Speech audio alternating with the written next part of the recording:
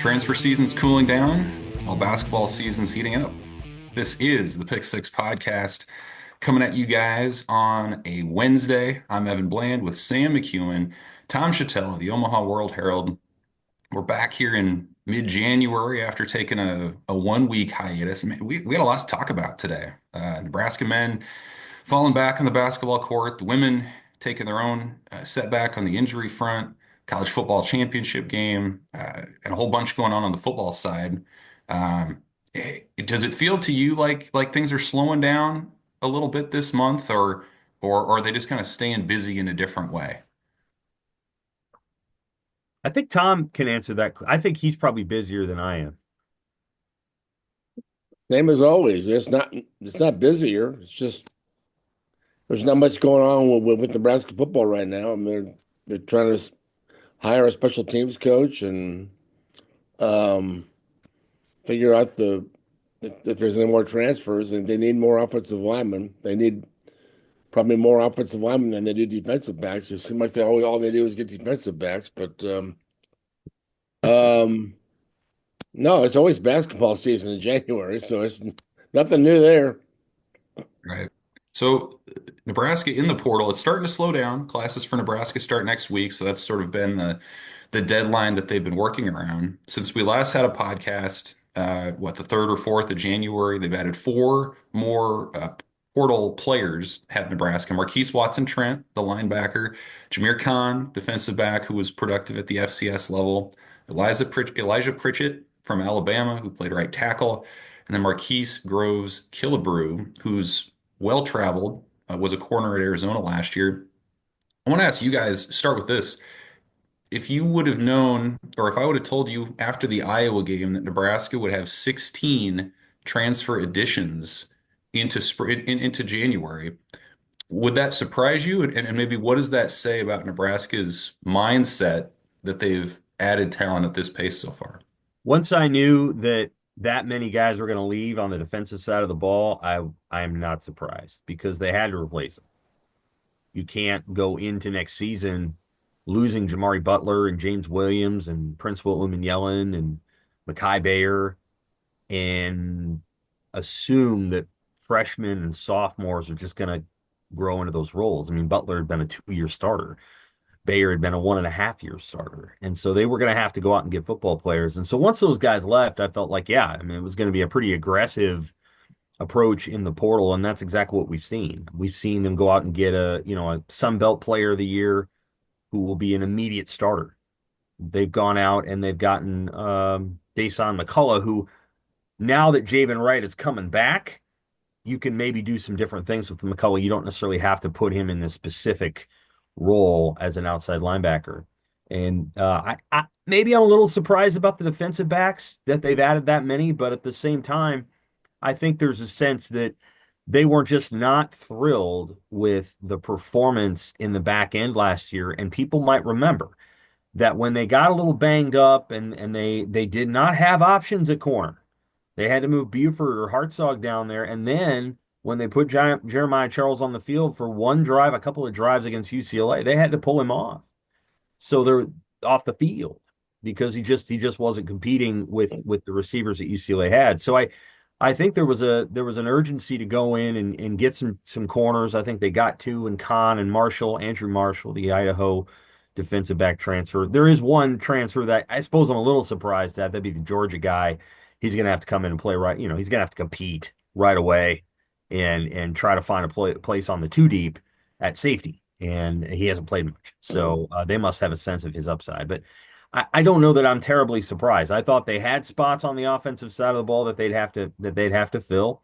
They've done that with the exception of the second running back. And for what it's worth, I think Nebraska's going to stand pat there at least through the spring. We could have a change in the next week or so, but I think they're going to stand pat there. A, for money reasons, and B, because they really like the guys that they have coming in, and they like Makai Nelson, who did not play this season. So, but yeah, I'm not stunned. I thought that they would be pretty aggressive in the portal. It does mean that more guys who are currently on the roster are probably on their way out, whether it's in the next week or if it's after April. Tom, this is one of our favorite topics on this podcast, but when Nebraska adds 16 and it might not be over. They're still in the running for. She has Pete, the left tackle from New Mexico State. When they had 16 players, what does that do to the reputation of Nebraska wanting to be a developmental program? Who cares? Yeah. Win. It was third year. Let's win. I mean, Okay. they needed to upgrade their talent level.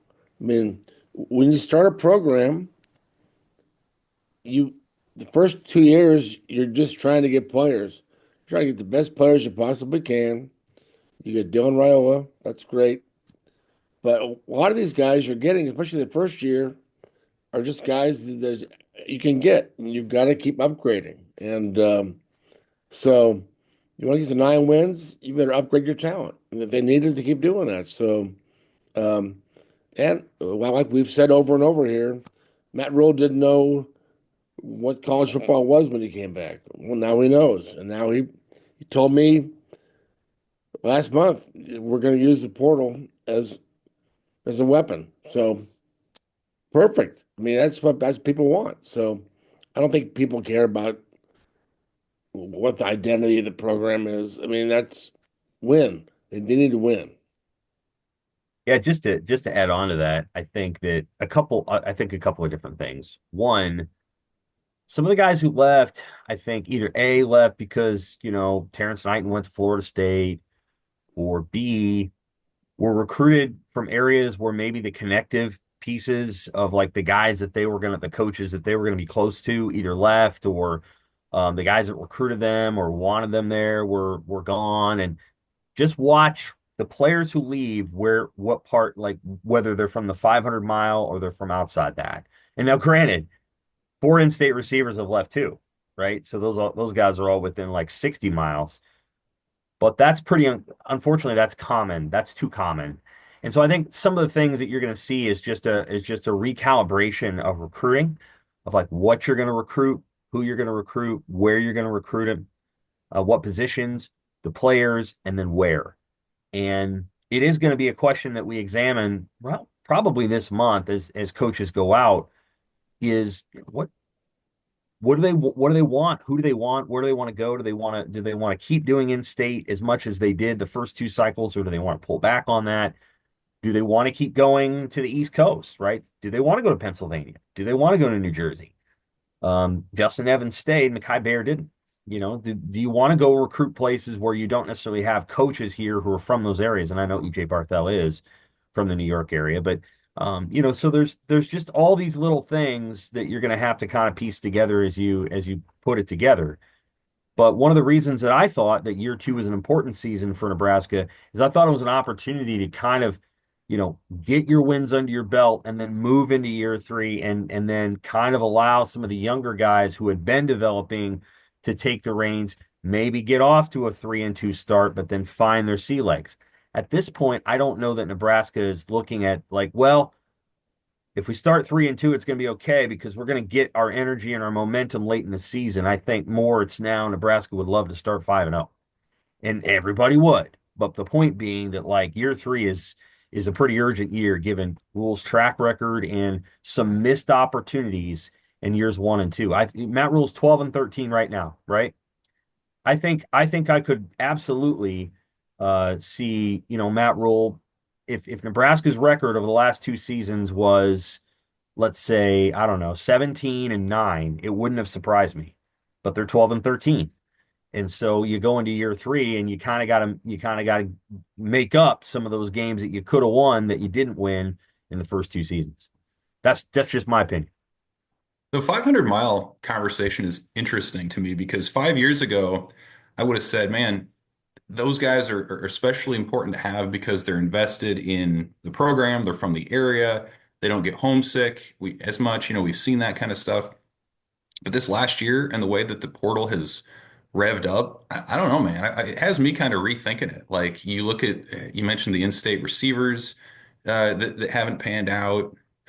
You had Daniel Kalen move on to Virginia. You had a guy like Nate Borkercher, who was a walk-on from Aurora, goes and takes the money at A&M. Like, Yeah, like the that was thing that interesting. the thing that kept players home for so long, like it seems like it no longer applies. So if you can't even have the advantage of like those guys sticking around because they're somewhat local, I think you reevaluate all of it. I mean, not to say that you abandon the 500 mile, but like I think that it's priority because you could retain those guys like that. That advantage is going away in the era when it's not just about the logo, when it's not just about playing time, but it's about the money too. Like I don't know. I'll be really fascinated to see how that continues to play out because it just seems like it hasn't been nearly as fruitful for Nebraska in the last couple cycles as maybe it used to be. Hmm. Who do you guys think like what's on your portal wish list at this point? So I mentioned Pete, Nebraska is still in on him. Reportedly, Michigan's that other team. Uh, who, how many, what positions do you guys think Nebraska still needs to address here, either in the spring or in the summer? Oh, I don't know. I mean, they need to probably look at what their offensive line is in the spring and then figure out if there's anybody left to go out and get. Um, it's other than that, I think, I'd say offensive line. Yeah, me too. I think they've actually addressed most of their needs on the excuse me, the defensive side of the ball. I think they've done a really good job. And you can't ever quite know how good the defensive linemen are going to be until you get them in spring and then you kind of develop them and see. But on paper, I thought they got better in some ways at that position. By better, I don't mean better than Ty Robinson and Nash Hutmaker, but Ty and Nash were not coming back anyway. They were done. I mean, they were graduating. So I think the potential of Williams Nwaneri outpaces the potential of any guy that left, with the exception maybe Principal Uman who I think was going to leave anyway. And I like Jalen George, and I like Gabe Moore, and I like the players that got there. So yeah, I think they addressed most of their needs there on the offensive side of the ball. They got three receivers. They were obviously trying to get a fourth, but Jonah Wilson went to Texas A&M, and now they're looking at an offensive tackle, and probably got it. It costs a lot of money, so that's where they're at. I'm curious too, like, and I don't know, maybe you guys aren't surprised, but like I was a little surprised that they didn't bring in, to our knowledge, any running back visitors in the portal. You lose Dante Dowdell, you bring back Emmett Johnson. We've heard him say for probably a year and a half what they believe Quentin Ives can be, and then Jamarian Parker coming in and so on. I don't know, like that's a curious position to me because it's one Nebraska seems like it hasn't been able to figure out consistently in the Yeah, last 8 to 10 years. And so, I mean, does that seems like a pretty strong statement that they feel like they have the pieces in place, or maybe it's a situation where they have to assess it in the spring and then guys can pop up in that April portal window. What do you guys think? I would say that it also is a statement about Dana Holgorsen values in a running back.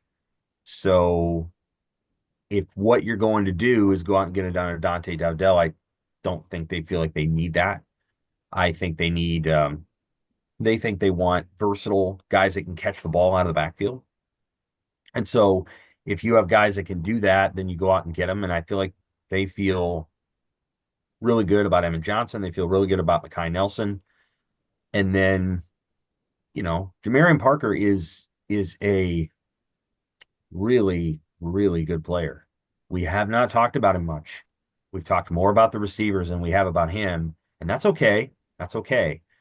Parker obviously did not play his sophomore year of football because his brother was killed, and he just didn't play. And a lot of times your recruiting rankings are set in your sophomore year.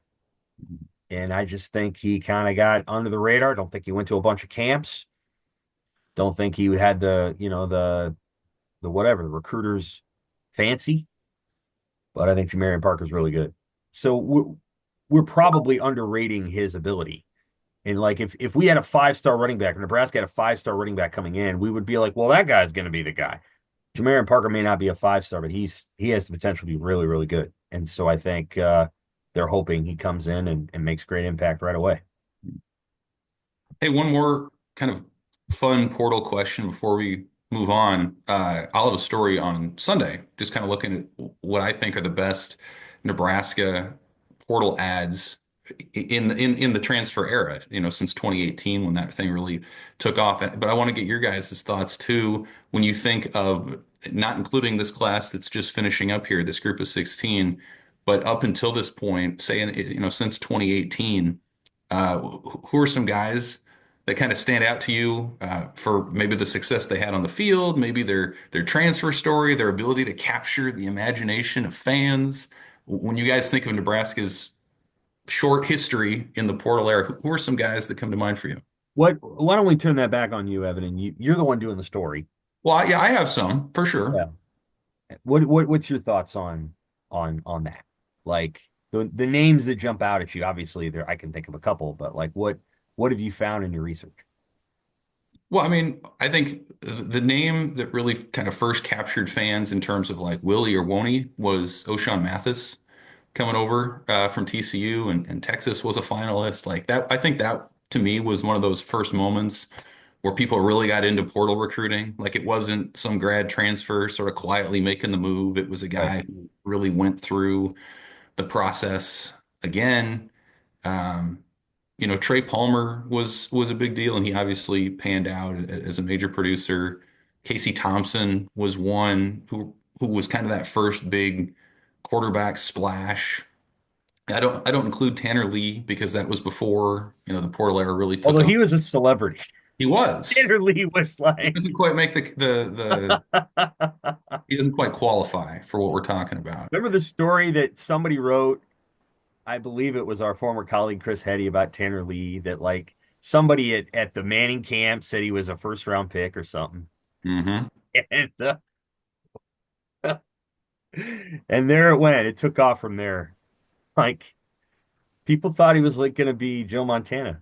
So I know he's not part of this, but like that's the one that I remember made Kirk Ferentz mad that Nebraska got him. It was great. And Hmm. in I this don't. era, Casey Thompson was a huge personality. Like he kind of wanted to know what Casey was going to say every week because you weren't quite sure what he was going to say. So I thought of Casey, and of course Trey was the best player, but Casey was fascinating to listen to. And things have changed so much that there are guys that I put on this list pretty easily who, came in when the rules were a lot different. I mean, Travis Vokalek came from Rutgers and had to sit out a year. Darian Daniels came in 2019 as a grad transfer. Yeah. Uh, I believe in part because Oklahoma State wasn't blocking its path there. Like that was back when schools could limit where players could and couldn't go. But I also thought like some of the trends are interesting to me. So like the receiver spot to me is unquestionably where Nebraska's had the most success in the portal. Where you have Palmer, you have Toure, Jamal Banks, Billy Kemp, Marcus Washington. You can kind of go down the list. Some Yeah. of these guys who've come in and through lack of development or whatever have been pretty good hits. I had to stretch it a little bit with the offensive line. That was the spot where it's like, well, let's let's put this guy in here and that guy in here, and like what I think is informative is it's reflective of the fact that it's really hard to get good offensive linemen out of the portal, and it's easier to get receivers and skill players out of the portal. So like we kind of know this intellectually, but it's played out that way at Nebraska as well. So I don't know. That's just a taste. I kind of dive more into it in the story, but you can feel the full team. Like that's the interesting part to me. From long snapper to nickel to jack and like every little position, you can actually fill it out. That's not bad. It's not a bad team. I think that's indicative also, though, that Nebraska just didn't get all the high school guys they wanted, right? And there's some names, right? Like Kane Williams, he didn't play. I'm sure you went through the guys that transferred here and didn't really play. Sure. And then, of course, the portal, the day the portal opened in 2018, remember the transfer portal becomes a thing in like September of 2018, Hmm. right? Yep. Tyjon Lindsey leaves, right? Hmm. The eel left. He's going to go to Oregon State. Nebraska blocks it, so he goes to San Diego State. Like all these guys left, like Hmm. right as the portal opened. I remembered that too. we were going to the Wisconsin game in 2018, remember? All three Yep. of us were driving up there, and I think there might have been four of us. And we're at a bar on Friday night. We're getting this message about Greg Bell's not on the team. And like it's Nebraska in the transfer portal has been pretty interesting over the years. It's I look forward to the piece. I look forward to reading it. It's a trip down memory lane. It's somewhat subjective, but yeah, it's interesting, and they're gonna have a whole new crop here coming up. If you, Uh, I'm going to give you a task.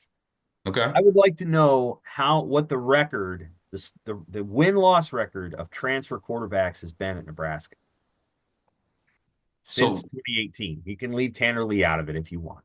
as starters, Yeah. Well, okay. yeah, yeah. All So that'd be right. Casey and Chuba and Noah. And Okay. I don't think it's probably great. No, I don't. Not that the other record's great either, right? Like Dylan Raiola has the best record of any Nebraska starting quarterback since Tommy Armstrong. Tommy Armstrong would be it. Yeah. Woof. That's not great. Did we underrate how good Dylan was this year? Maybe. Maybe. You know, he kind of figured things out a little bit as a runner. Went through his first tour Yeah, as in the Big Ten.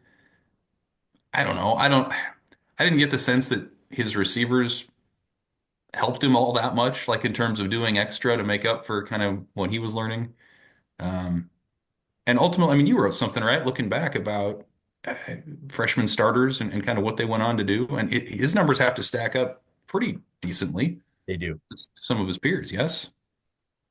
I think one of the most encouraging things that fans could take into next year is that a true freshman quarterback won 7 games as a true freshman, and he was pretty good.